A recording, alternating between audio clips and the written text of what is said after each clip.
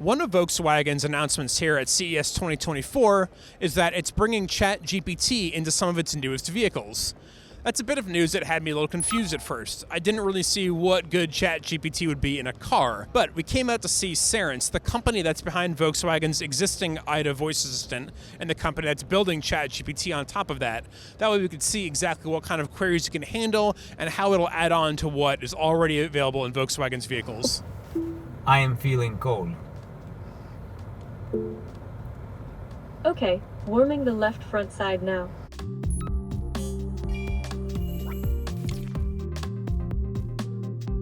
IDA, like most car voice assistants, can do a lot of things like find navigation, play your music, adjust the temperature in the car. They're trying to do this in a more natural language way, though. It can tell if it's the driver or passenger talking, so if I'm in the passenger seat and say, "Could you make it cooler?"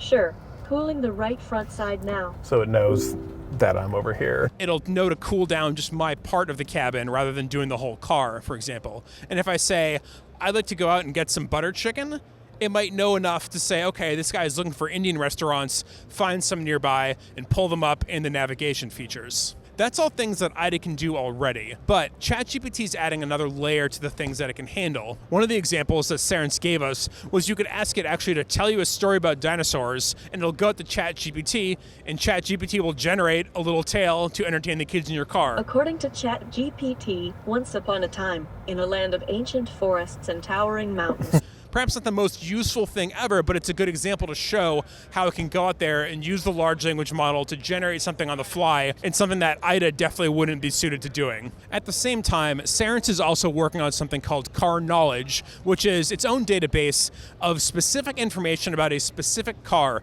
It'll know your car, the model year, the model number, exactly what your vehicle is, and it basically acts as a voice-activated instruction manual. So if you want to ask it, can my car tow things, or how do I hook up my phone to Bluetooth, those are all things it'll be able to answer geared specifically towards your vehicle. Some of that knowledge is already in IDA. For example, I asked it how the tire pressure was in the car. The tire pressures are okay. Beautiful. One thing that took me a little while to wrap my head around is that talking to ChatGPT isn't just like putting in a Google query.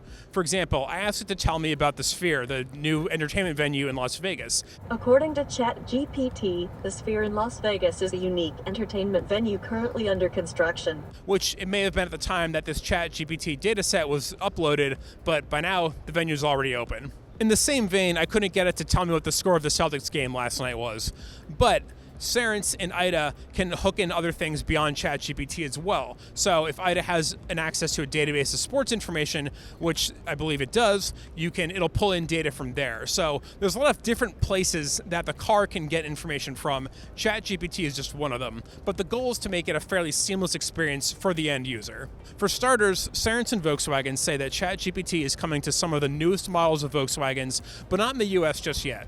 They haven't said when it'll come here, but users in Europe may get to see it during 2024. Thanks for tuning in, and stay tuned and subscribe to Engadget for more news and videos direct from CES 2024.